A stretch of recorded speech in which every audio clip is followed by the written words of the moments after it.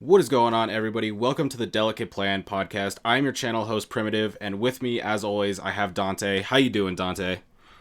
Pretty good, pretty good. How about yourself? Doing good. Finished up the holiday season here. Did have a little bit of a sickness, which is why we did miss the episode last week, but we are bringing it to you here. And man, we have some spicy things to talk about with all of the cards that we have revealed coming out. We have a crazy new deck in the D Reaper, and I know we want to get talking about that. So, what are you thinking about EX2, D Reaper, and all that stuff that we're seeing that's really crazy from what we have now in the modern Digimon?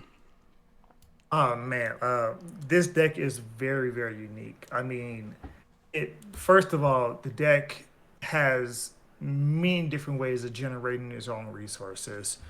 Secondly, it doesn't have any levels whatsoever. So our normal, typical way of deletion just kind of goes out the window because there's no level. It's no level three, four, five, six. It's nothing. So Mm-hmm. in order to kill these things with any kind of card effect, you're kind of going to need to kill it by DP and game mechanic in order to even get these off the board point kill it by card effect. But um, I mean, I'm excited. I see this deck really, making a splash, especially if they do slow down the format. It's not as hyper aggressive as it is now. I don't know how, Bandai was going to do that or if these decks are just going to naturally evolve itself. But this D Reaper deck seems pretty good. I wouldn't go as far as saying a tier one, but it is a very good tier two rogue deck. That if you go to your locals, you can probably, take your locals by surprise if you go ahead and pilot this deck.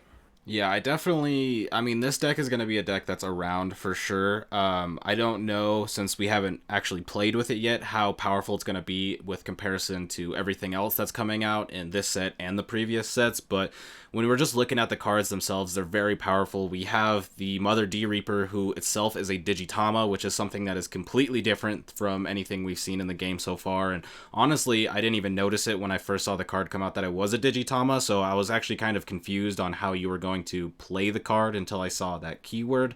But overall, it just has a lot of really crazy support.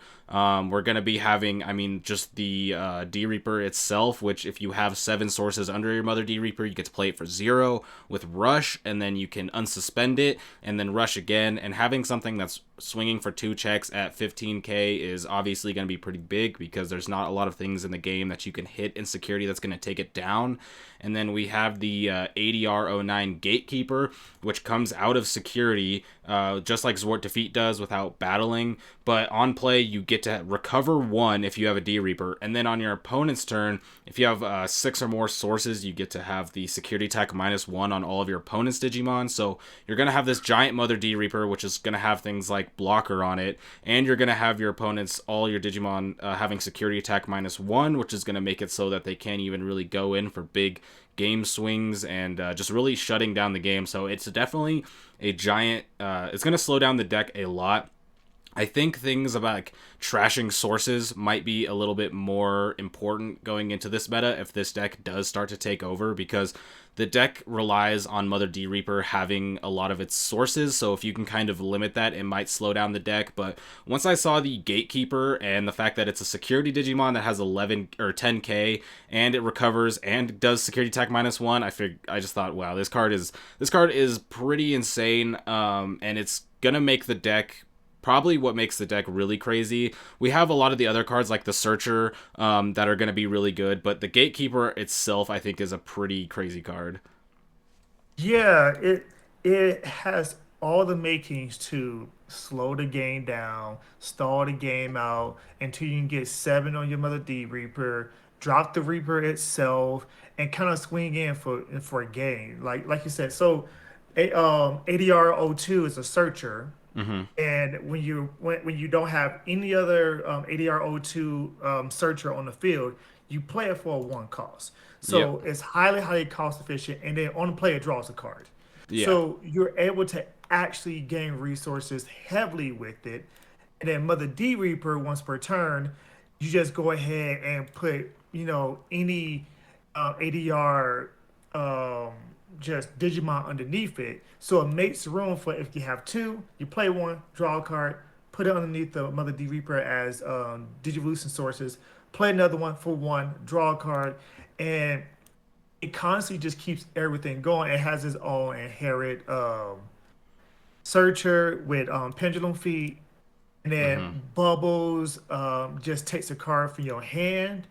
Takes a searcher for a card from your hand or on the field, put it underneath the D Reaper, so it accelerates the process. It has its own built-in blocker with creep hands. It's one of those things to where it even has its own built-in destruction with pallet head. Mm-hmm. I mean, yeah, it's not the best removal, but when you can, boost these things up to, 7, 8, 9K from the inherit of the searcher, and putting it underneath as Digivolution sources, you can start popping level threes, level fours, level fives. You can get some crazy, crazy things going on with this deck. I think they really hit out the park with this in particular art type and Yeah. fleshing everything out to where they don't need to rely on outside sources, don't need to rely on other digimon outside their own archetype. Everything's fleshed out within the archetype itself. Yeah. Do you think this archetype would get more support going forward, or do you think this is already it's already got some pretty hefty support, with basically just a large section of EX2 kind of being dedicated to this whole D Reaper thing? But do you think that they would go into this deeper in the future sets, or do you think that this is kind of just the one-time thing? Is it going to get the black treatment where it just gets support one set and then not again for a few sets, or what are you thinking? Well, I think this in particular art type, all it really is missing is its own, um, basically its own tamer. Yeah. Needs to be a memory tamer. It should be like a evil Jerry. If you watch the anime, Jerry gets taken over. Mm-hmm. So it should be like an evil Jerry, like a white, four-play cost Digitama with a memory, just a memory tamer. So that would make the deck really complete. I mean, you can even go as far as on play. If you have a Mother D Reaper and your nursing or raising area, you can promote it the turn this Digitama was played. Mm-hmm. Something to that extent to where it gets the deck flowing to where it doesn't have to wait a turn. You can hatch, play for four, put Mother D Reaper out there, and now you can next turn you have three memory to play with to constantly keep going. Yeah, so you're saying like an on play to kind of promote it, kind of like a Mimi type thing, but just specifically for Mother D Reaper. Correct. That's the only thing about this that if you do remove it, like how we was talking about before we started, yellow is just DP reduction, and once the Mother D Reaper is pretty much gone, if you don't have another one already hatched, you can't really do too much. It's Yeah. one of those things where now you have to wait a whole turn. Your opponent most likely is just going to, hit for security checks left and right. Probably try to end the game before you get your Mother D Reaper out. I see that as being the biggest flaw of the deck, but this deck is not busted beyond belief to not warrant a memory tamer like that. Yeah, I think the deck might be okay in the hatching sense, just because you're really only gonna want one Mother D Reaper on board, and so if you like hatch your first turn and then promote it the next turn, then coming back into your turn, you can just hatch again and kind of leave it in there. So the deck might be chilled there, but I guess we'll have to see. I think the thing that I'm most worried about when it comes to this deck is probably ADR06, the Horn Striker, just because it has Rush itself. So you can use Mother D Reaper's effect, where once per turn when you play a D Reaper card, you can reduce its cost for each Digivolution source. And so if you have 7 underneath, you can go into Horn Striker, have it rush, and then you can play the regular D Reaper to trash those 7 sources to have another rush and then unsuspend. And so that's a combo that's going to be 3 checks right there, while also developing a 7K and a 15K. And I think that's the offensive pressure that's really going to put this deck over, just because if we look like right now in our current metagame, a lot of the offensive pressure that we have, it comes in doing like 3 checks. We have Bond, which if you have, or Bond of Friendship, which if you have the Gabumon, you get 3 checks. If you have the Agumon, BT6 Agumon with the Agubond, you can get 3 checks. Jesmon most of the time does 3 checks, and then Unsuspended does 3 checks. So we know that the power of being able to do 3 checks in one turn is very powerful. So if you pair the Hero Striker with the Reaper with the Gatekeeper, this deck is going to have a lot of offensive pressure. So I think the decks that are going to be able to get over this are going to have a lot of probably just like straight DP removal or things like that, just because without the level, there's a lot of cards that are going to be really hard to get rid of that if you go unchecked are going to be a problem. Like mostly this Gatekeeper is the card that I keep coming back to just because the just the power of it is so absolutely insane. And so that's why I think decks like maybe Shine Greymon might be good in this, just because like you said, you're going to have to get over it through just game rule of DP reduction, so that way you can start to swing in, go for big checks.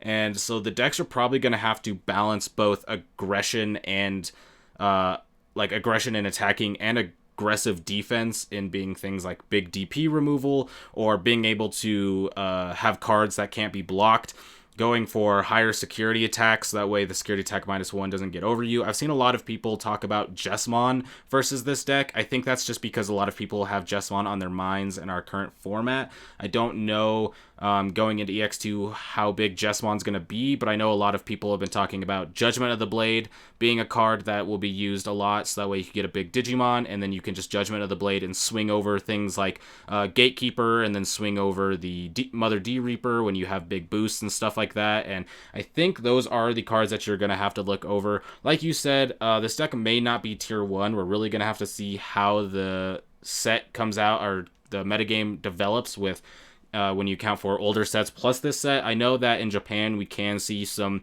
preview games of this deck out, but it's so young that we don't really have an optimized metagame, so we don't really know the true power of what this deck could be or how to play against it. So I think that this might be one of those decks that, although it might not be the most meta deck, it will be very meta defining, because it's one of those decks where if you don't have an answer, then you probably just lose. Yeah, I do agree with you. It's one of them decks to where, like I was saying earlier, if you do not have it in your mind whatsoever, or even the back of your mind, this deck can really just run away with the game to where you're not prepared on how to stop this deck. Mm-hmm. Now, I do see, speaking of the D Reaper deck, I do see old school blue, Hexablaumon, Azulamon are hard counters to this deck.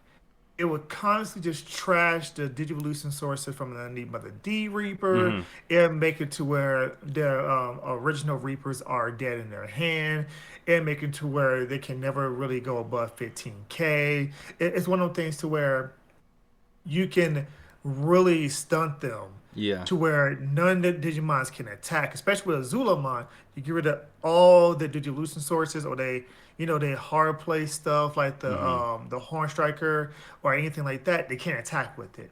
So therefore, now it's just a stalemate, and Gatekeeper only reduces the security attack -1, while if you attack and you check security with Hexablaumon, you get security attack +1, so it'll be an instant wash. So I Yeah. can see old school blue getting rid of the Lucent sources being the hard counter for this in particular deck.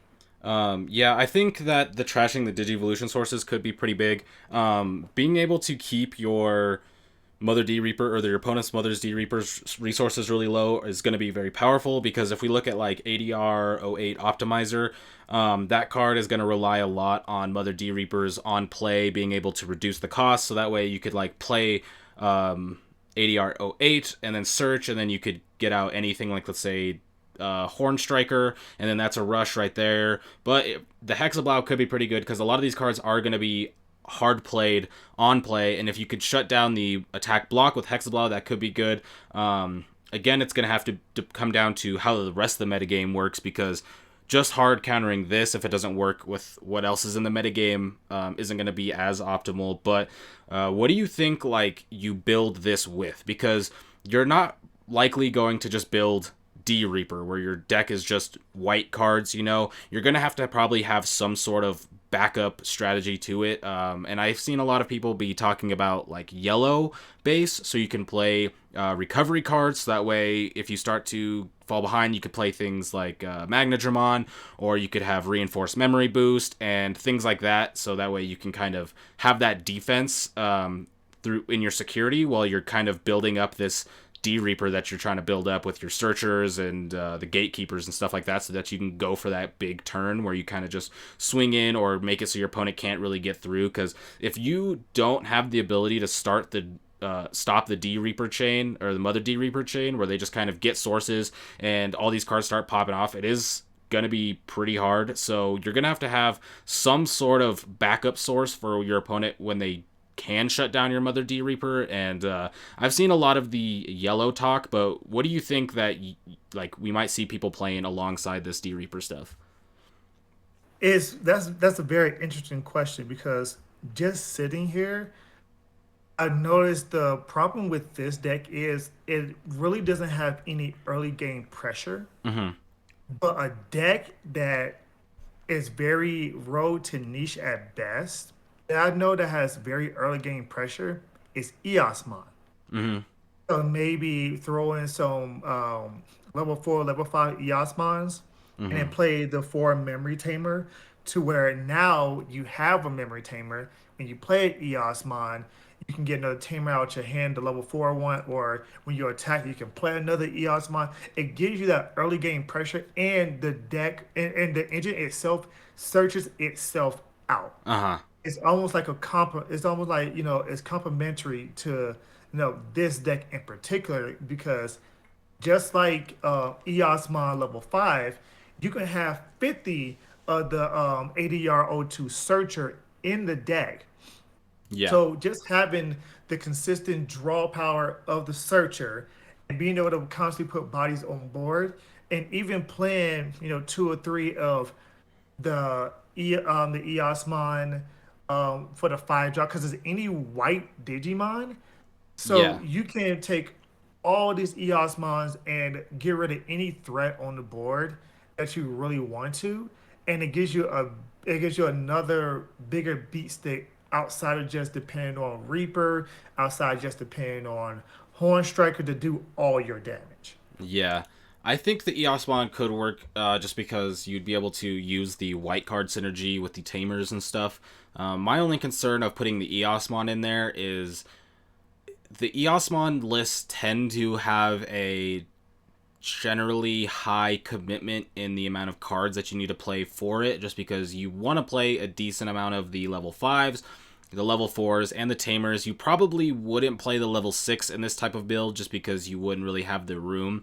So I think going with the white type of like build with the Eosmon could be good for the like early aggression. I just worry that it could be potentially bricky just because you're probably going to be running a decent amount of searchers because they work the same way. And so it's like, how are you going to balance out the amount of searchers that you're going to play to the amount of Eosmons that you're going to play? But the other thing that we haven't really talked about is we have all these D Reaper cards that are in here, but how many of them are you really going to play and at what count, Because there's what, 9 ADRs, I believe, and then the regular Reaper, and you're probably not going to run 4 of all 10 of those cards, or else that's obviously going to be 40 cards in your deck. So I think one question is just how much cards are you going to be committing to the D Reaper build, just in general? Like, is it going to be a 30 card thing? Is it going to be a 40 card thing? Because I think when you factor in how many cards might be played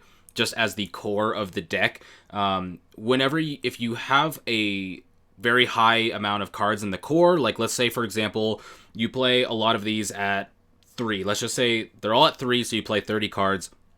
Obviously that's probably not how it's going to be, but just for example, let's say you play 30 cards there. Well, if you only have a 20 card build for the side, like extra, then you're gonna have to find a second side engine that's not going to like conflict with it as much, because you're probably going to want to play Tamers, so that's another 3+ cards that are going to be committed to Tamers. You're probably going to want to run some sort of option cards We have the new plug-in cards, which if you have a tamer, you don't need color requirements, and so you could maybe throw those things in there. And so, um, like I guess as a question to you to go back to it a little bit, what do you like looking at the ADRs here? Which ones do you think are actually going to be played, or do you think some of them might not see as much play?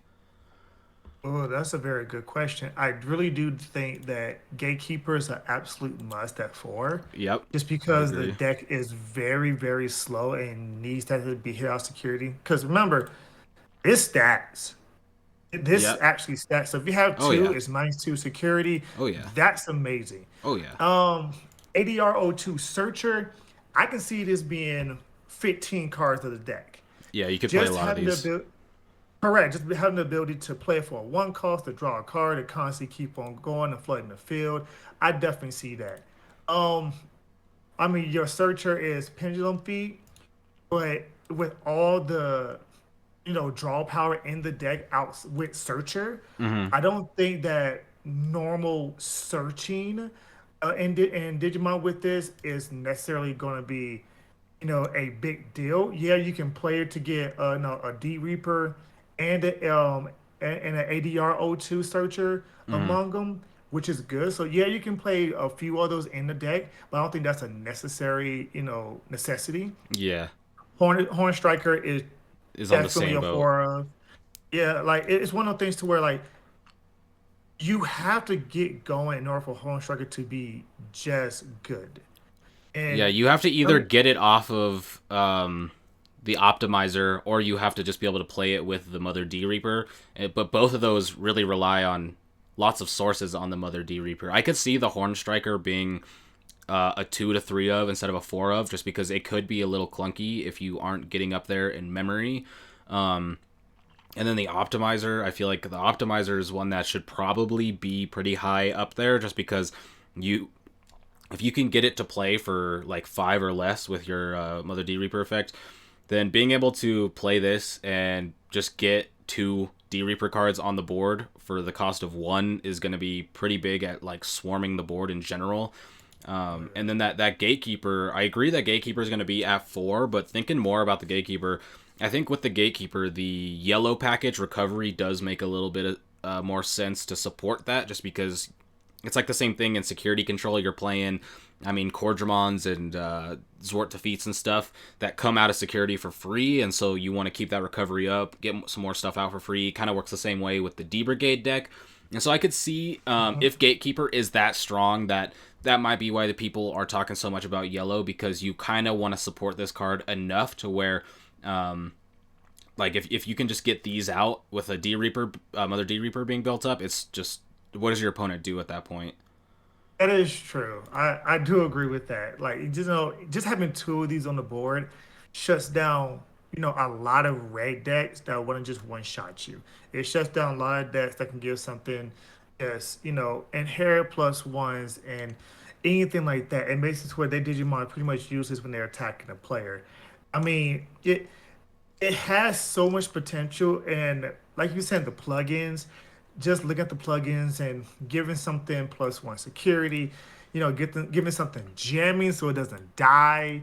It's one of Exactly. the things to where, I mean, you can say, a yellow. I agree with you that I can agree with you that yellow probably be the best route for it. Mm-hmm. I could even say maybe splashing some red and just be able to give something just, security checks upon security, especially Reaper, because Yeah. Reaper is not Yeah, once I per could see turn the when it attack also plugin scans. A being able to give one of your Digimon security attack +1 going with the D Reaper or with just the regular Reaper, because I mean you have Rush, so you're going to be able to, if you play it for 0 and then you play the boost for 2, give sec +1, you can swing 2 checks, put 2 searchers underneath, and then swing again, and then when you have the 2 searchers, you get what is it, 2k or 1k each boost for the inheritables, and Yes, so like you're that. going to be able to swing at 17k for 2 checks. And I think that might be where a lot of the aggression comes from, that and Gatekeeper. So I could see cards like that definitely being thrown in there, just because the plugins are so powerful with the fact that they are colored cards but don't require like you don't really need a color on board as much as you just need the tamer, and so they're going to be Correct. very universally used. And so when I'm looking at the D Reaper deck, I feel like a lot of what you need is just kind of to find that aggression fast enough to where your opponent can, or where you can outpace your opponent if they're a little bit more aggressive. And so I could see that red plugin being used in there. The like security effect of it obviously isn't going to be too important because it just searches out a tamer, but like just being able to have that ability to essentially make a Reaper be a zero cost on play rush that swings 4 checks and essentially doesn't die because it'll be at 15k for the first check, swing be at 17k for the second check, and then and then it doesn't have a level, so there's a lot of option cards that are just going to not be able to delete it in general. So I could see this Reaper being a pretty big issue as far as for your opponent when you're playing the Mother D Reaper deck. And there's just so much crazy stuff with this deck. It's honestly kind of hard for me to almost comprehend this deck and think about it in a context that I haven't played yet because it's just so completely different from pretty much anything I've played in any card game ever, not even just Digimon. It's just so it's just very weird because the fact that you have a Digitama that is a giant Digimon that you can buff up, you can give it all these different inheritables, and you can make it so that you can play off of it because a lot of these other cards play off the fact that it has sources and all this stuff. It's just so different that it's kind of hard to just really even guess how this deck's gonna be without playing it, you know.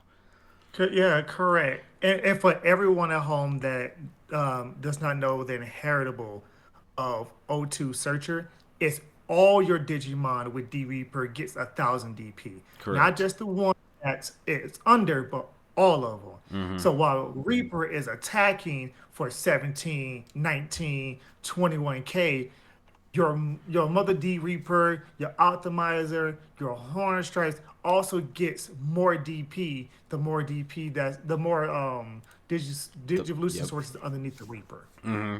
And that makes it even harder for your opponent because let's say you hit something, right? Like your opponent swings in with a hero striker, right? And you have that gatekeeper on the board, and they hit something like, I don't know, let's say Transcendent Sword, right? To give Hmm. minus 11k, but you have like 4 searchers underneath your D Reaper. Well, now it's at 14k, so it's like you can buff up these cards so high that going wide with this deck and with these searchers, you're gonna have so many Digimon that are just generally hard to play or hard to get over and delete Oh yeah. just by the amount of DP they have. Oh yeah. I agree. This is one of them decks to where it was made specifically to go wide. There's no Digivolutions whatsoever in this deck. So if you want to play this deck pretty optimally, you kind of want to go wide.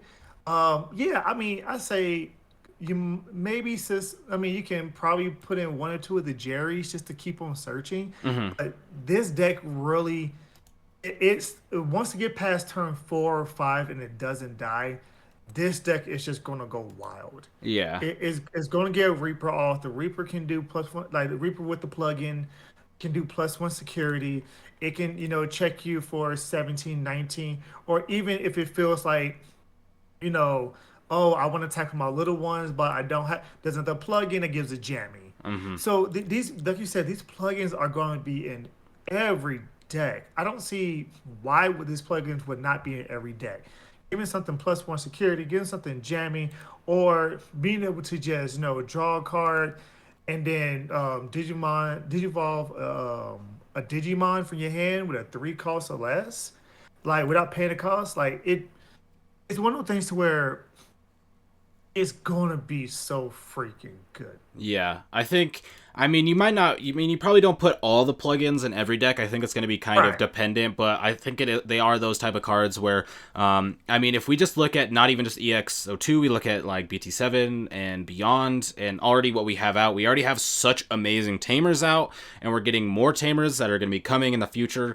That it's to the point now where I mean, decks are going to be playing tamers outside of the fact that they're just memory tamers. There's a lot of decks that don't necessarily need tamers, but you have to play them because they're memory tamers. And so once we get to this point, every deck is going to be playing tamers, if not multiple tamers. And so being able to just have these cards that you could just play at basically any given point is going to be pretty good. The blue card, obviously, is probably going to be pretty insane. Just the fact that it's a consistency card, while also because you can, if you don't do it, you can just add a card to your hand, which is basically just 3 memory, search the top 5. But being able to just digivolve into anything that's not a white card, which is like a very, very big, broad term. Like most cards aren't white cards, so you're going to be able to digivolve into so much. And then the security card of blue card, you can play 1 tamer from your hand without paying its cost. I mean, it's essentially like That's having so like hitting a tamer in security, because like I said, a lot of decks are going to be running tamers as it is, and so this card's going to be really good. But I know something that you want to talk about. We've talked about D Reaper for quite a bit now. And something I know that you're excited about, so we could talk about it with the EX2, is going to be the Renamon line. Oh man, this random online. Like I just by looking at it, it has all the makings to be a very, very, very good line. I mean, after we just talked about how much the plugins are very good, this is, I mean, this is one of those cards where you got to talk about it now, because if we're going to talk about how good the plugins are in like every single deck, I mean, this is a deck that's kind of not revolves around the plugins, but it is a support to it, you know? Oh yeah, like okay, the Renamon, it on play you reveal the top 4 cards of your deck. It adds one of any of its evolutionary lines and a Rika if you hit it off those top 4. So it's not just one of those things to where, oh, you get only, a specific part of your evolutionary line. You can Yeah. get any part of your evolutionary line and a Rika if you hit it. Yeah, yeah. It's just that good. And then the Cubamon, when Digivolve, you get a plug-in. If you look at the top 3, you get a plug-in if you hit one. Yep. And then the Talmon, you're able to play Rika for free when you digivolve into it. And then there's a Kuamon, when you digivolve, you unsuspend one of your Digimon. And for each tamer, you get a option with a plug in his name from your trash to your hand. And I So mean, it, and if we're going to talk about for each tamer that you have in yellow, I mean, even now, without the future cards coming out, yellow tamers are insane. TK, Kari, they're already insane. We're gonna get Rika that goes with it. But one thing that you're yes. talking about that kind of just passed by over a little bit is, I mean, these inheritables are insane. Like, let's say you get a Renamon into Kyubi into Talmon into Sakuyamon. That means when you play a plugin, you are what giving minus 3k, minus 2k twice, and gaining a memory.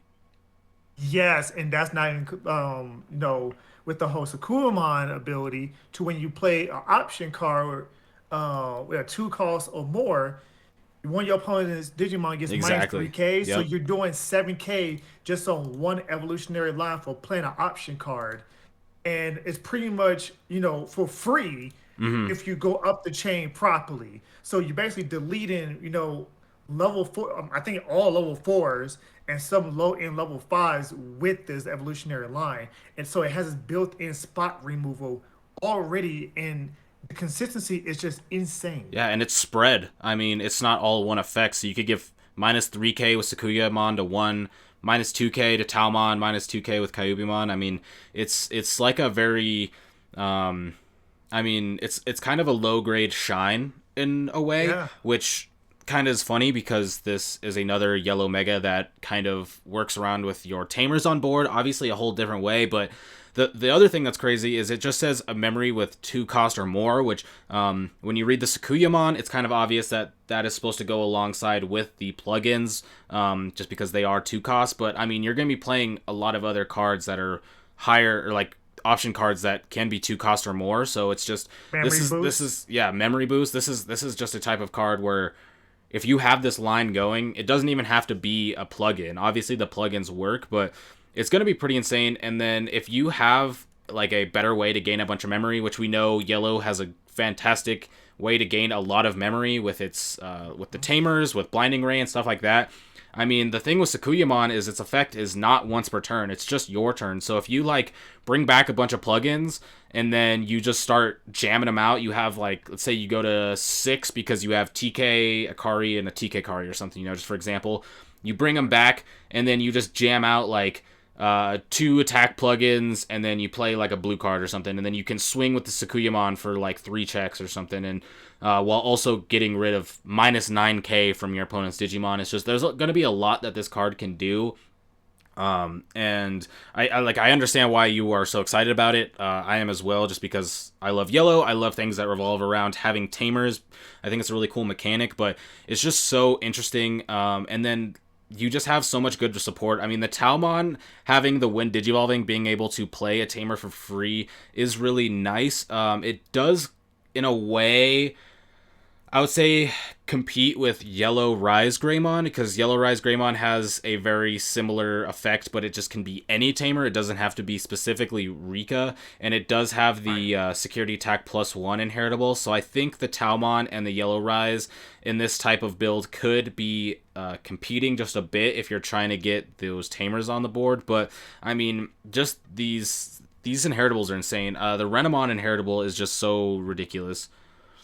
Oh yeah, man, like just looking at this line, just reading upon it, I mean, this can be, Shine 2.0 easily.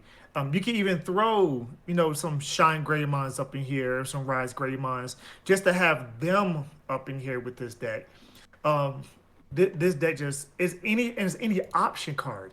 That's the crazy part about it. It's not, Yep. oh, I have to only play a plug. No, it's any option card, 2 cost or more. Not, oh, just any yellow. No, any option card, Mm-hmm. 2 cost or more. So if you want to, you can play this in a Jorgus deck and it can be yellow purple. And you can play, you know, Oh uh, God. Underworld Calling for 4, bring back purple Digimon. Guess what? All these inheritables are triggering, Yeah. and you're deleting, you're gaining memory, you're reducing DP, and then that's enough to say that, oh, you brought back a promote that then goes ahead and gets 2 Digivolution sources, and then you draw a card gaining memory off of that. You can easily build up to build wide with this deck Mm-hmm. just by having just the stuff we have now. And I mean, if we want to go back just a little bit, I mean, if your opponent, the with the D Reapers, the Searcher is a your turn effect, right? And so if you want to look at a lot of these Digimon that are in the D Reaper deck, they all would, like, you're able to delete a vast majority of them with just Oh the yeah. inheritables, you know.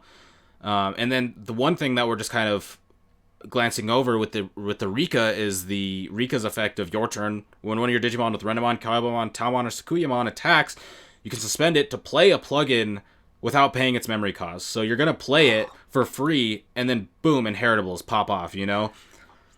Oh my goodness. I glanced over that part. Oh my goodness. And it's even a memory tamer.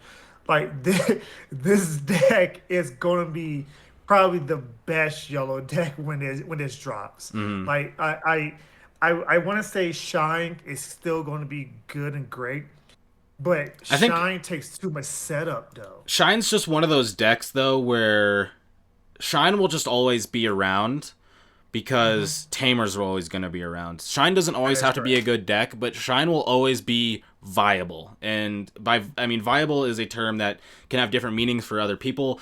Some people, it's like, oh, it has to be like tier 3 to be viable, but like it's a card that you can play, right? Like if you're playing this deck, and let's say you're playing 8 Tamers, 7 Tamers, because you're playing, whatever Tamers you have, you could splash in Shine, and then if the D Reaper deck does come to the point where you kind of need that DP reduction, it's going to be a card like that.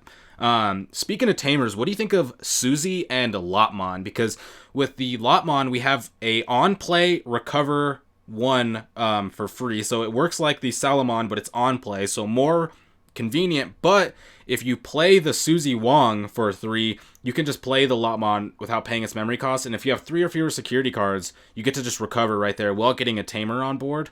The only thing is it's a card where with Suzy Wong, you get at the start of your turn, you get to draw a card, and if you have 3 or less security, so it is a nice extra draw card, but it is another card kind of like the Kari that we have now, where if you don't have 3 or less, it is a little bit dead, but it is a kind of little 2-piece combo that we have. We have Lotmons that we have out now already that could work. It doesn't have to be the Lotmon that we have now, but how do you think like that type of Suzy plus Lotmon, do you think that would fit in with the whole Sakuyamon build, or do you think that's just something that kind of goes on its own? I honestly think that with the Suzy and the Lockmon, I can actually see it being built and being put into EX02 Shine Greymon decks.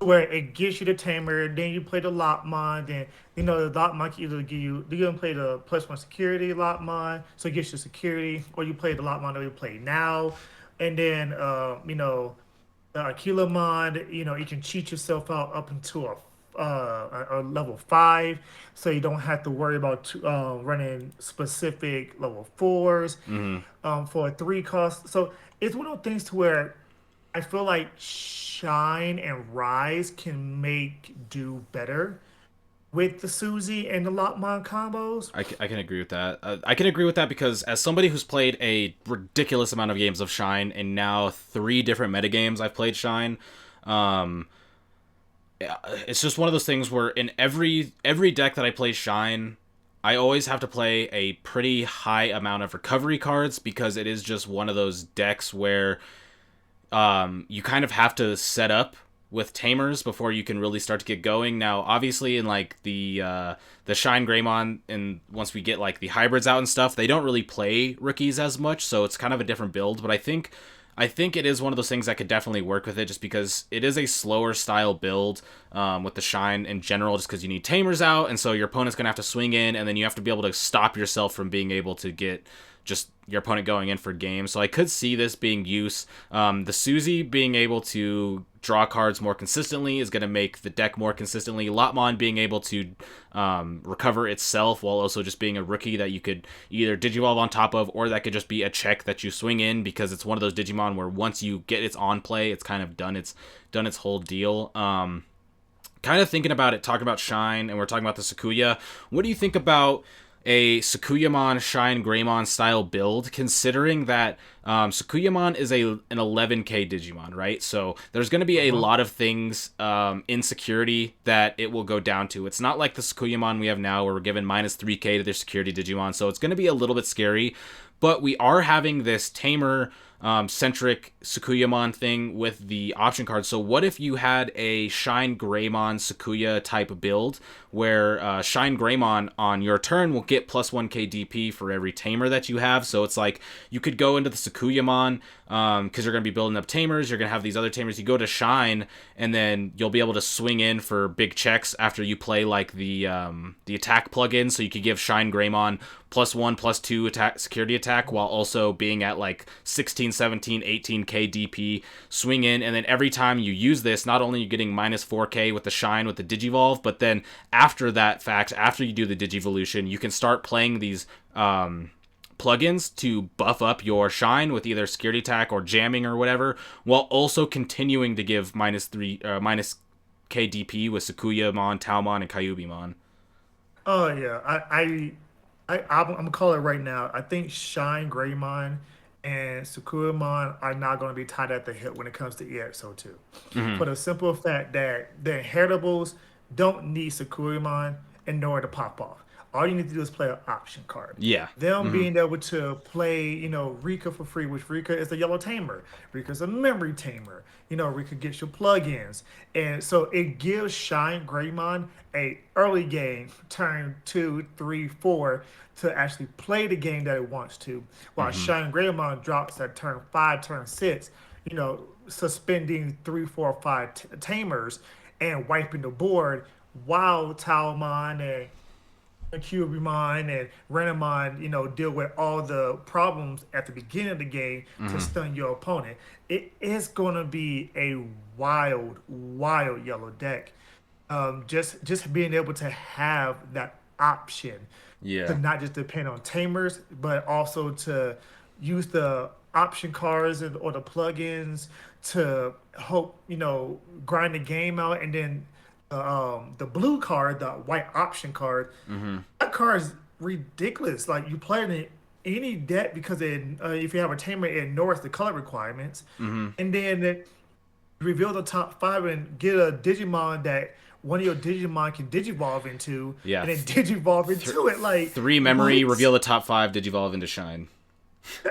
Like easily. So Shine is now one cost cheaper if hit off of that card, Mm-hmm. and then on top of that is only a three cost. So if you play it without playing anything else, you're still able to attack and do security checks. Mm-hmm. And if you do play an option card, say you play like a plugin to give it a plus one security, you can gain memory back off of the inheritables and start deleting other Digimon like blockers. Yep. So this deck, this deck is a scary, scary deck if you want to combine the two together. It's just wild. I mean, trust me, I'm excited for it. Anything Shine Greymon is my cup of tea. I love Shine. It's definitely my favorite archetype in general, so I'm down for like all these different ones. One thing I was thinking about while you're talking too that is definitely something that is missing to a degree in Shine Greymon now is if you look at Yellow's rookies as far as on plays, we have some okay ones. Like you could think of like Pulsemon is probably going to be the main one.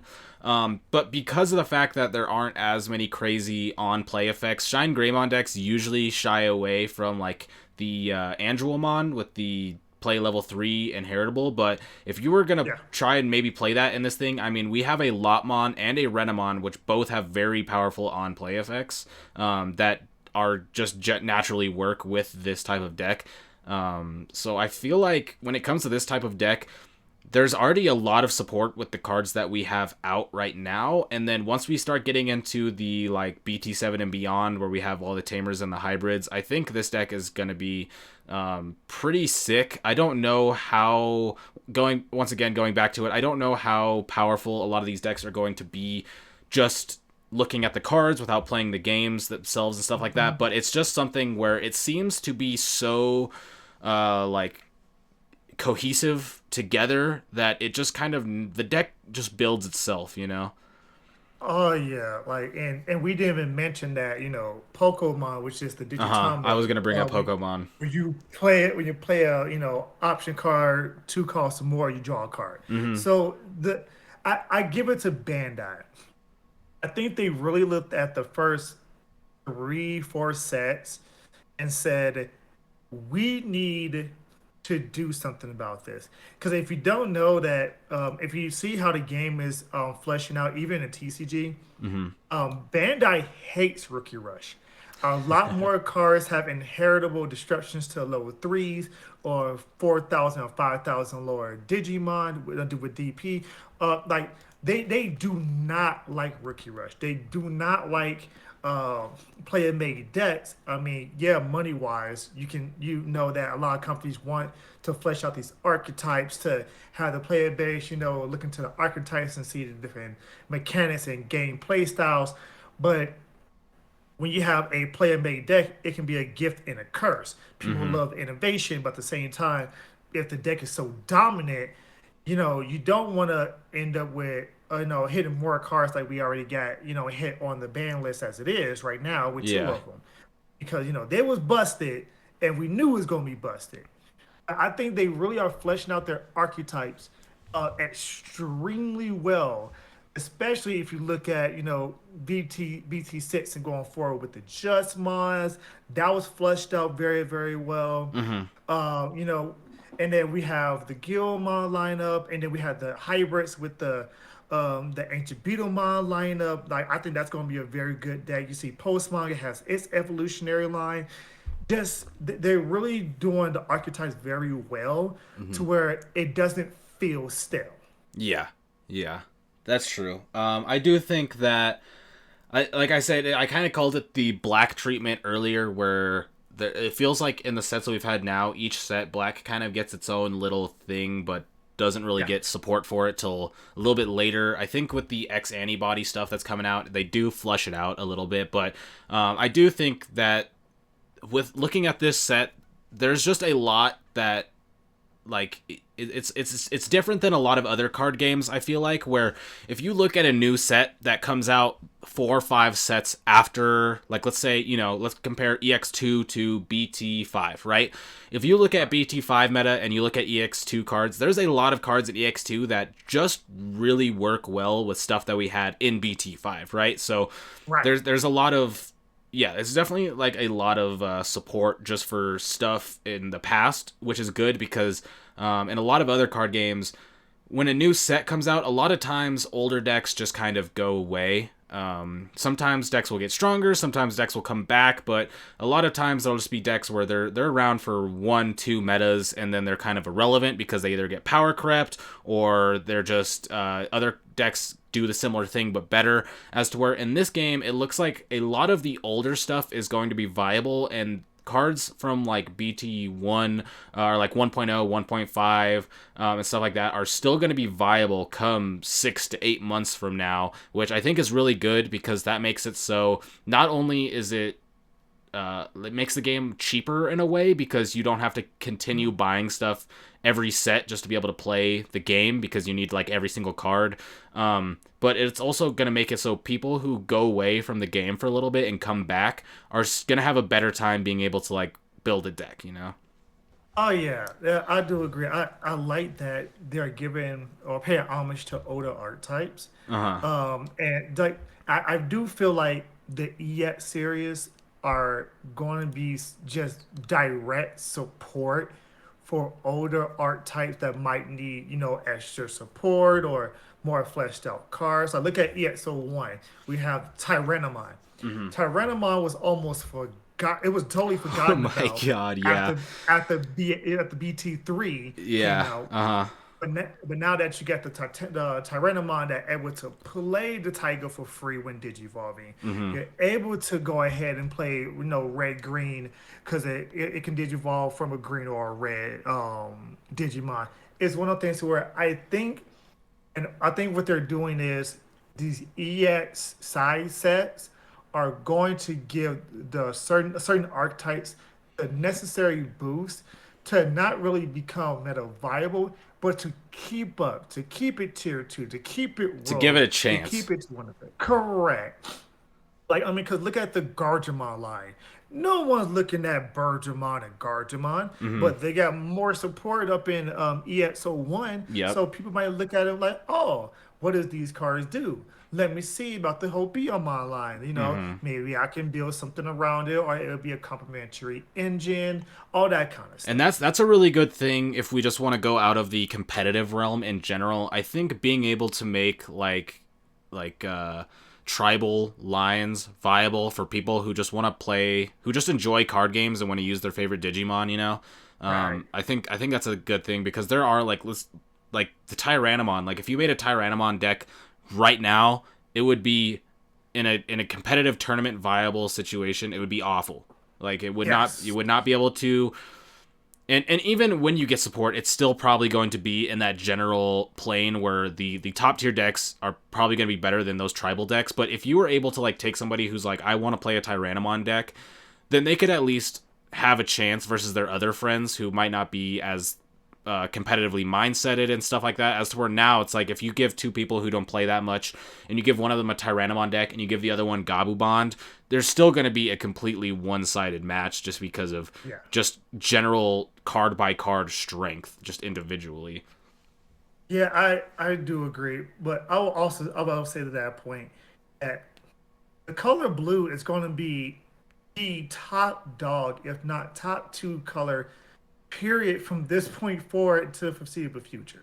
Mm-hmm. Like between Imperial, between Gobblebond, between just all the support coming out with the Jorgus deck, it blue is going to be that relevant color. You got Hexablow might make a return as a good rogue deck for a lot of these decks that have to build up, Mm-hmm. evolutionary sources in order to play the game. You have the new Waymon that's coming out that plays like the Gurumon that plays out with his Digivolution sources. The hybrids like to keep their tamers as inheritable sources. Mm-hmm. My personal favorite deck, the Alphamon Dual Growmon deck. Mm-hmm. We need Digivolution sources. So blue just it is so versatile for stripping the Digivolution sources and for having the power that it has in Gabubon, Mm-hmm. that blue is going to be a top dog from this point into at least EXO2. I mean, I unless Renamon and Sean Greymon totally dethrones it, I don't know. I think blue is just that color to play if you want to have a competitive edge. I mean, the thing about blue too, is with the dual color stuff coming out. Blue is just, I mean, there's blue green and there's blue yellow. So I mean, just the directions that you can go with it are insane. I mean, already now, pre dual color, like before anything, BT5, right? I'm playing Imperial Dramon, and I'm playing an Imperial Dramon deck that has green megas in it because I already have Dino Beamon, right? And Right. being able to have that different thing where it's like, if you play an Imperial deck, that's great, but you play an Imperial deck that also has a Nidhogg, okay, well, now that's a whole different game plan. So once you start Ooh. factoring in all these other things and you make it that much easier to get these dual colors, it's going to be insane. I mean, we have like for example, we have the Marine Angemon in EX2 since we're here, right? So we have the blue yellow recovery, and this is a card where it's just straight up for each of your opponent's Digimon without Digivolution cards, recover one. Obviously, you can't go over 6 with its effect, but I mean, let's say your opponent's playing D Reaper, right? And they have 5 Digimon on board that don't have sources on this, and you play this, and you go from 1 to 6 security in your blue deck, right? That's like insane. it's one of those things. Like, I'm not saying Marine Angemon's gonna be the most viable card, but it's just one of those things where if we're gonna talk about the strength of blue in general, the fact that it's going to be able to dual color with more than one color, and both those colors being very relevant in what they do.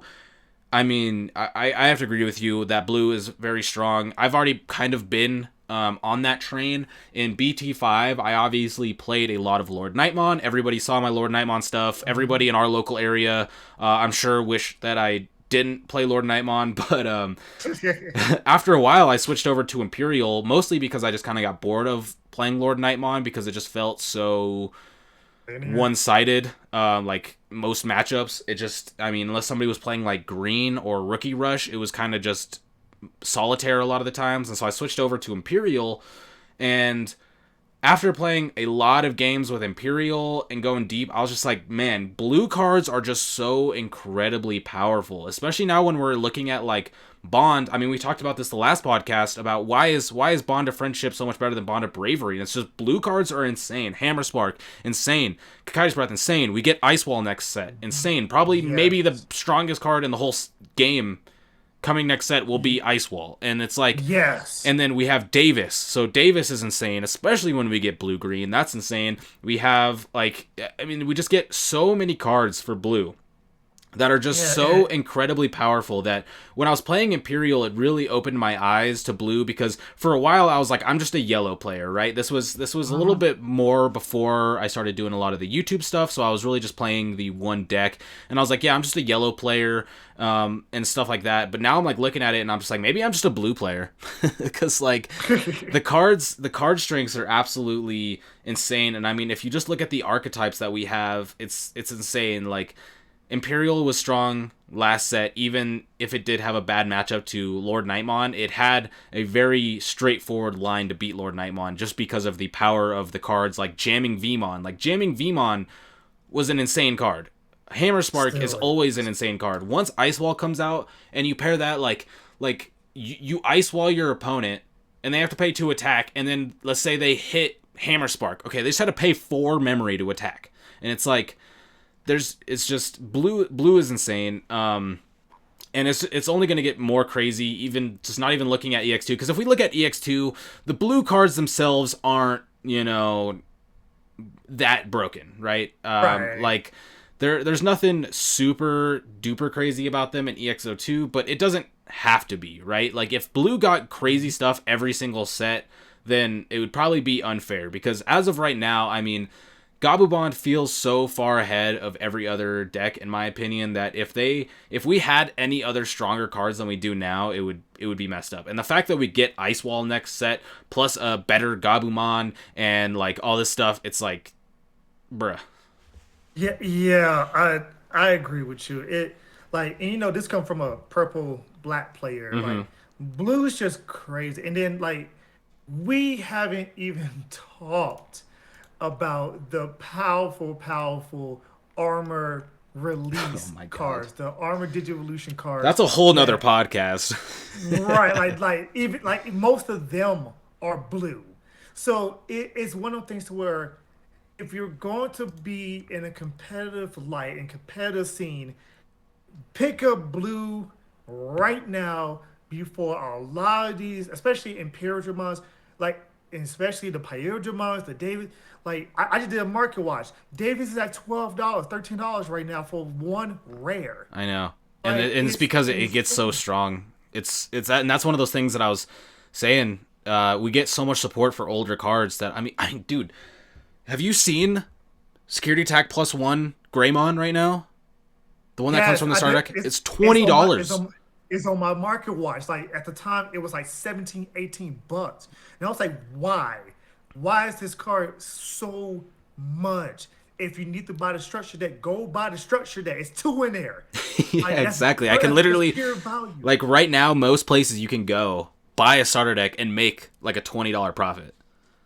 Easily. Like, I mean, it's insane. I was like, why would you buy this card individually? Just go buy one of those one of the starter decks and have a profit Yeah, exactly. I was easily. talking to Chris yesterday, and I was just like, yeah, I guess I was saving my second playset, but I mean, if I'm gonna dump 4 starter deck cards, I bought the starter decks for like $30, like Right. 6 months ago, Like and now I 29, can 30. Yeah. flip them for $80 for 4 of the cards, and it was like, I mean, even imagine like some of the cards if they didn't get reprinted. Like, remember when Gaia Force was a $12 card before it got like 2 reprints or whatever? It was like these older cards Yeah. definitely get this crazy support, but I mean, yeah, blue. I mean, blue is just we got crazy cards for blue right out the gate this game.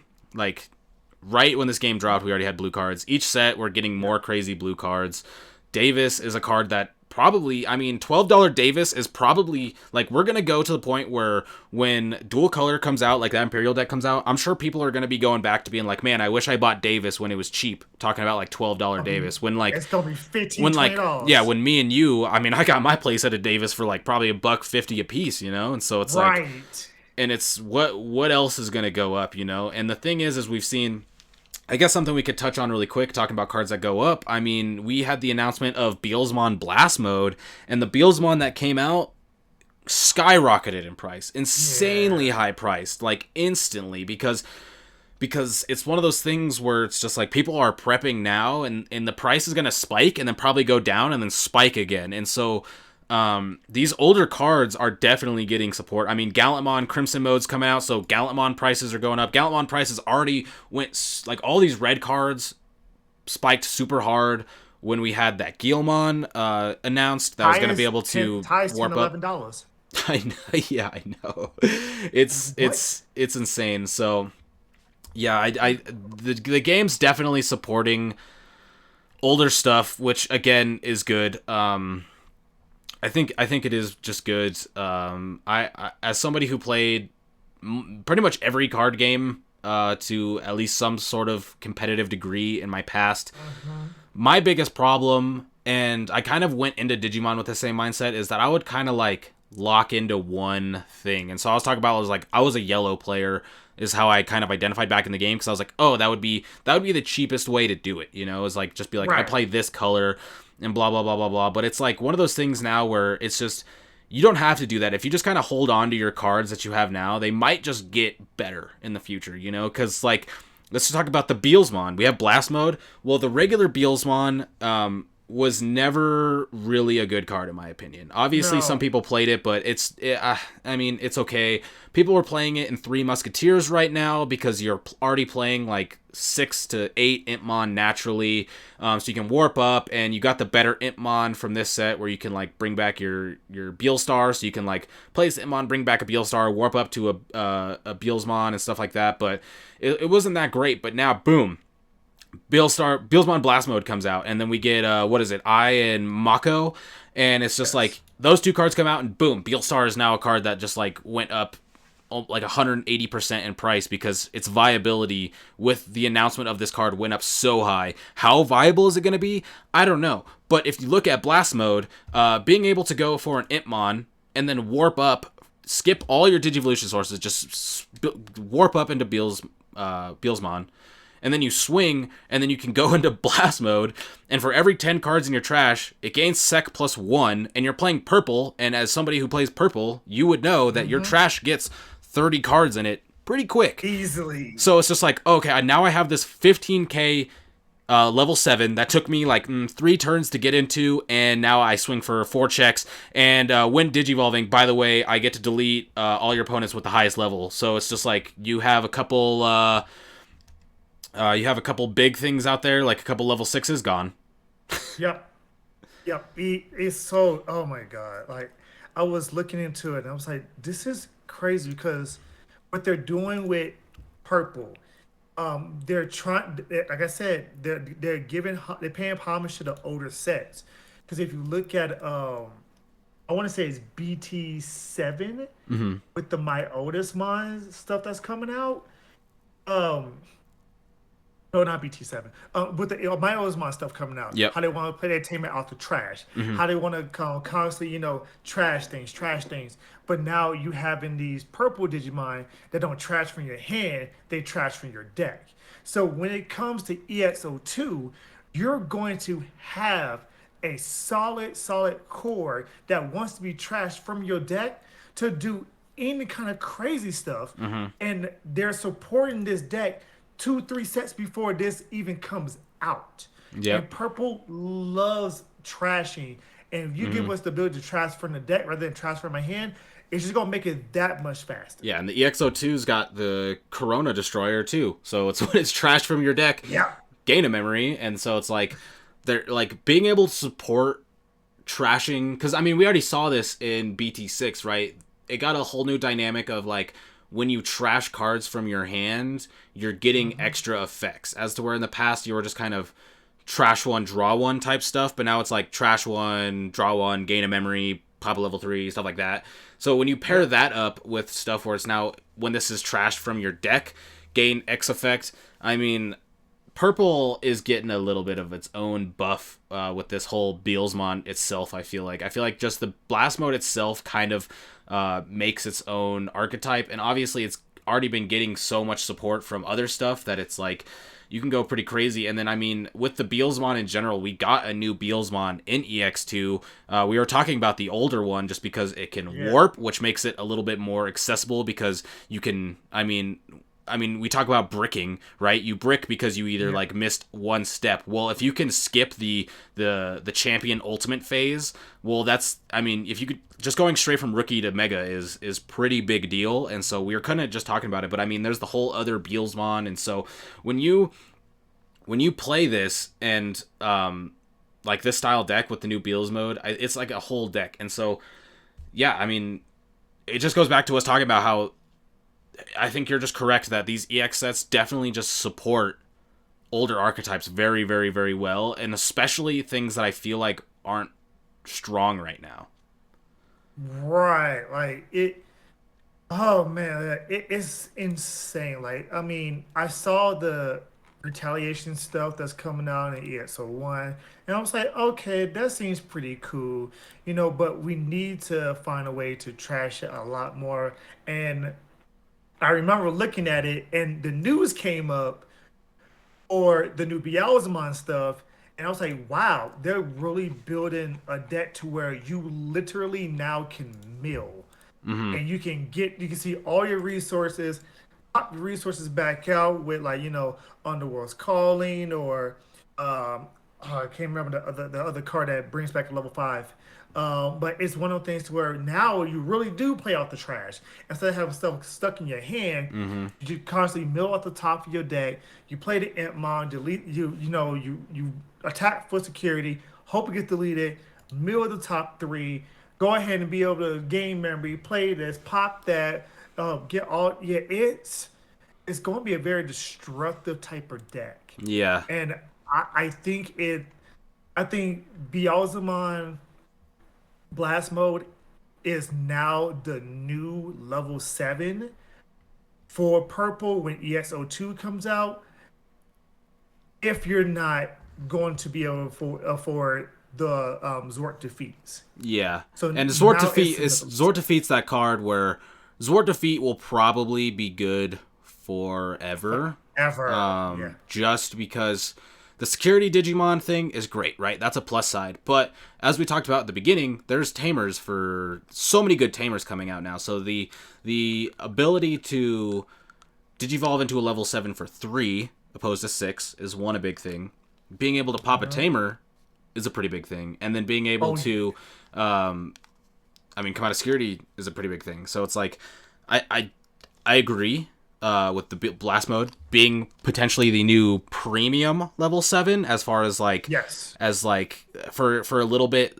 Regular Zwart was kind of the premium, right? You would go Mega Digimon Fusion into Zwart, and that was a really big thing for a while. But Zwart defeat will always be good, and so I think it's Oh, like one of those things where it's like these will definitely fight, because especially with now, I mean, this set gives more tamer support in the the plugins, saying if you have a tamer, ignore this color requirement, and if your deck's yeah. playing around attack plugin A, and the only way they can play it is if they have a tamer on board, and you can pop a tamer. I mean, that's gonna be good. But I think just come this set, the Beelsmon stuff's going to go pretty big, and since you get a tamer that kind of goes along with the blast mode, because I said that like being able to digivolve for 3 is a big thing, but the thing is with I and Mako, you can go into the blast mode for 3, so it kind of that isn't that big of an upside on Zwart's end. So it's definitely, this is going to be the premium level 7 with blast mode, but Zwart's still going to be around for Oh probably yeah. forever. Oh yeah. It's like Zor's one of them cards to where you can't power creep that card.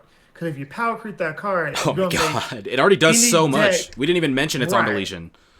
Right. Like we're gonna make any card that power creeps that card for level 7 is going to be considered broken. There's no air quotes, it's going to be broken. Yep. Like Zord defeat is already a good balanced level 7. I can honestly probably say it's probably the best level 7 that we have in the game. Right now, no doubt. But I would say no doubt. I think right now it's obviously depends on the deck and everything, but it's just, I mean, it does so much, and the fact that it's multicolor to digivolve is also a pretty big thing, which adds power to it, because it's just like, oh, it doesn't have to be. As where Beelstar is like or Beelsmon's a purple digivolve. I mean, Zord Defeat is like, we see it digivolving on Machine Germons and stuff right now, and so yes. and stuff like that. So I don't know, man. I mean, this Beelsmon Blast Mode card is definitely, I think, what purple needs, because I mean, if we just look at BT5, purple was hurting. Purple was Yeah. hurting bad. People were like, Lilith Loop, Lilith Loop, Lilith Loop, and then they would just brick every game with the Lilith Loop, and it's just like, the deck needs something more consistent. I mean, we saw it with, there was a bunch of purple players in our area, and even just playing the Chaos Gallantmon, Titamon type stuff, even that was not that great. It was more consistent in your game plan, but you had to play a weaker Digimon to have a more consistent deck. So the Beelsmon is something that just, when you factor in the Beelsmon that can warp, plus the new Beelsmon, and then the blast mode, the new tamer, and all that stuff, it's gonna be very, very good. And I think the purple memory boost that we have right now definitely helps it, being able to search stuff. I think that'll also be a card that is going to be good in this deck when you're looking specifically for Beelsmon, the cards that say Beelsmon and Itmon. Oh yeah, definitely. I do think if we're gonna go to a super turbo build, you like I think Great Memory Boost is probably gonna be ideal because you mill so much Mm-hmm. that you want to get that Digimon back, set up for next turn, be able to go into Beelzemon, be able to attack, and then be able to just go into blast mode, start pop now start popping Yeah, cards. I mean, and I think that's the big thing about I and Mako. I and Mako's effect digivolves Beelsmon Blast Mode from trash for 3. yes, for three. So you're just like, That oh, I milled it, darn, and you're just like, your fist bumping in your head, you know? like, oh, I milled it. Okay, yeah. I am Mako. Yeah, let me go ahead and digivolve it for 3, draw a card. Now Mm-hmm. let's get going. Yep. Yeah, and I keep on going back to everything that we're saying. So, like, just imagine this blue card in every deck. European is no level requirements to it whatsoever either. So if you have Beelzemon, you play this blue card and hit a blast mode, you're digivolve you digivolve into a blast mode. Mm-hmm. Like for three costs. So there's so many ways to cheat level sevens out now that are not white. Yeah. And that helps a lot of decks. And like you I said, mean, like blue card is just, jeez. it's insane, and that's not even saying that like we said, whole different podcast. Armor Digivolution, that's crazy. It's gonna be busted when this card comes out. Yep. The plugins are EX02 is going to make every semi-viable deck viable. It's gonna make every busted deck busted, and every deck that needs consistency way more consistent. And I think this is where we're going to see maybe a shift in Bandai's thinking when it comes to generic support Mm-hmm. after this set. Because if they drop this set of EXO2 and everything's running rampant and going crazy, and it's this top dog deck, like how we thought Green was going to be back in BT4 before it got nerfed with two hits on the limited list. Mm-hmm. We knew it was going to be a busted deck. It was going to run rampant, I but mean, that I'm list terrified. I'm actually glad I got didn't it. play in four copy Yeah, HPD meta. That sounds terrifying. yeah, it was gonna be crazy. We knew this that you can digivolve from three all the way up to six for one cost. Like it was gonna be insane. Mm-hmm. And so this is great generic support. But I will play devil's advocate. I want to think that if they keep up with the EX line being this good, we might end up seeing another deck that just run rampant. And we thought that in Lord Nightmine was a snooze fest. We might see a deck that actually plays solitary the first three turns and you don't do nothing. Mm-hmm. I think Mother D Reaper could be that way, but not as aggressive, like oppressive, I guess, as you're thinking. But yeah, I don't know. I I think mean, Double Bond. the thing about neutral support is when you have a card that can be put in like every single deck with really little repercussion, because you don't need color support, you don't need to run weird stuff. That stuff can be kind of dangerous just because you don't really want decks to just become the same thing with a different, skin. It's like the same book but a different cover type stuff, where it's just every deck is kind of just blue card into whatever you need. And so I think blue card is fine. I think it's a very powerful card, but I do think that if you print a lot of things like that in the future, it could be detrimental to the game from a like creativity standpoint. Yeah, look at Gobblebond for example. Like, I mean, you were saying, being a Gobblebond player, sometimes you break in your hand and you don't open up very often like. Mm-hmm. But just having something like, the plug-in giving you Gobblebond plus one security, or having the blue card to look for that Gobblebond or that hybrid Lobomon that you need, or something like that, and then be able to just digivolve on top of it. Or if you don't, you add it to your Yeah, you hand. just search. Yeah, like it makes everything consistent. But and if you're not a Yu-Gi-Oh player, you won't understand this. But this is why they were talking about why Pot of Greed can't come back. It will make slower decks Make every deck better. faster, Yeah. but it will make faster decks extremely faster. I So mean, it's one of the thing is like, what is it? The draw card gain your opponent gains 1,000. Um, Upstart Goblin. Upstart Goblin, yeah, Upstart Goblin's already nuts, So it's like, here's Upstart Goblin, but there's no downside. Correct. So yeah, I see it. They want to give all the slower decks more support, put them to the limelight. I think they need to be careful with Hmm. putting this much good, consistent, and just generic just support out there because you're going to make a deck, you're going to create an archetype that's going to be very good tier one meta, and it's going to be so fast and consistent because of all of these cards. You might have to end up limiting blue card, might have to end up limiting some of the plugins. Like they have to Yeah. just be careful with Yeah. what they make going forward because these are not archetype proof. These are not future proof whatsoever. Yeah. These are very generic and they're very powerful. Yeah. And I mean, the thing with like blue card is like, if they should have just not given it a security trigger. I agree. I agree. If you hit security, it should just be gone. But Yeah, it's like the thing. playing It's like there's safe, some cards where they're just so good that they shouldn't have, like Blinding Ray, for example. You know, Blinding Ray was already a right? very good card, but imagine if Blinding Ray had the security trigger of Hammer Spark. Okay, well then it's broken.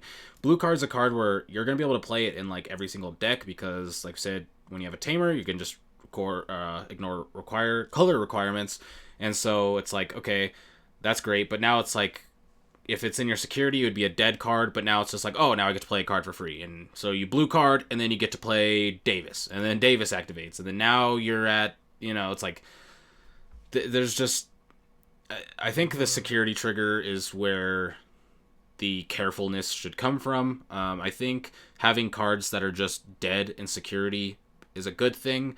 because that lowers it, lowers the power level of it where it's just like, oh, I need the security check, and it's just like, oh, my opponent's Digimon lived and nothing happened, and so it's like that would kind of neutralize the blue card just a little bit. Yeah, I agree with that. Like if he just went away, if it was hit out security, that means if it hits security, you don't plus three cards off of one trigger. Hit security, play Davis. Davis, we got the top three at this card. Oh, I ended up the blue card in my hand, so the next time I'm gonna then blue card it, and then look, Digivolve, draw a card. Like it is so much like craziness. And then that's not to even include things like the generic, Kalumon that when you digivolve into we have Gilmon, Renamon, or Entmon, like we was talking Mm-hmm. about the Entmon line, you can play it for one from your hand, Mm-hmm. and then during your turn, when you digivolve, you rest the Digimon, you gain a memory, draw a card, and then you give a Digimon 3,000 DP for the turn. Mm-hmm. Like that's that right there is how good generic support should be if you want to make, three or four decks decently viable. Okay, here's a white card. Yeah. Splash Yeah. white into your deck. It works for all four of these archetypes, something like that. I would not, I wouldn't hate if every color, specifically like, if you had like Gabumon or something, or, a Boatmon, or just have that Mm-hmm. card to where you're able to play alongside it and it's a different color so you can do dual colors in your deck and being able to draw, gain a memory once per turn, all that kind of stuff. Like it's one of the things where Calimon is, in my opinion, how a balanced generic support Yeah. for archetypes should Yeah, no, be. it's balanced very, very well. The fact that it doesn't have a level, I think, is very, very key because you can't Right. attack with it, which is good. But you Yeah. can't also just be like, oh, I can't attack with it, so I'm just gonna digivolve on top of it, and now it can attack type of thing. It's a 1K DP. It can attack. It's very easy to get rid of if you want to get rid of it, but it does support multiple things. It goes along with the whole theme for people who are more into the anime, and so it can have more attachment to it by having some sort of effect, that would kind of work how the anime did by having support on all these other Digimon. So I think this, like you're correct. Like this is how you keep a neutral card that can go in multiple decks, but not have it be something that's like overbearingly powerful. Because by like gaining one memory and drawing one card and giving your opponent 3K DP, yeah, that's good. But I mean, like we do that with Matt, and Gabubon. Like it's just like, Yes. oh, I promote, I gain three, draw three cards, and it's just like, whenever your opponent says that to you, you're like, that sucks. Yeah, like yeah, I agree with that. That like this is how you balance a card. Hmm. Like blue card, I hope they have blue card in mind from this point forward because it's not future proof whatsoever. I really do think that they need to make sure that the tamers are not more busted. They need to make sure that the option cards are not more busted. They need to make sure that, the art type is art type specific or color specific and not just really splashable. You can make something busted in purple like, hey, on play, trash the top three cards of your deck, and if you hit two of those cards with Digimon, gain a memory. Mm-hmm. Like, but it's purple specific. Yeah. Those cards are good, but just having something generic like that, it's a little scary in my opinion. I want to see what they do past EX02 going to BT9. I'm very hyped about it. Alphamon's been announced to be the one of Digimon on the cover. Mm-hmm. So it's an X antibody set. We're gonna see Black Gate Law support. Like I'm hyped about BT9. I want to see how they flesh out the archetypes from this point forward and how good the support is archetype specific versus generic support. Mm-hmm. Well, I agree, but at that point, we've been going for almost an hour and a half now, so I think we should probably start wrapping up. And to do this, we did ask you all for some questions in the comments, and so we do have a question for you this week. We have it from the Marvel Champions Monthly, a fan podcast, so a fellow podcast here. They said, "What's your favorite aspect of the Digimon trading card game that helps recruit players from other games?" In my opinion, I think it's very simplistic.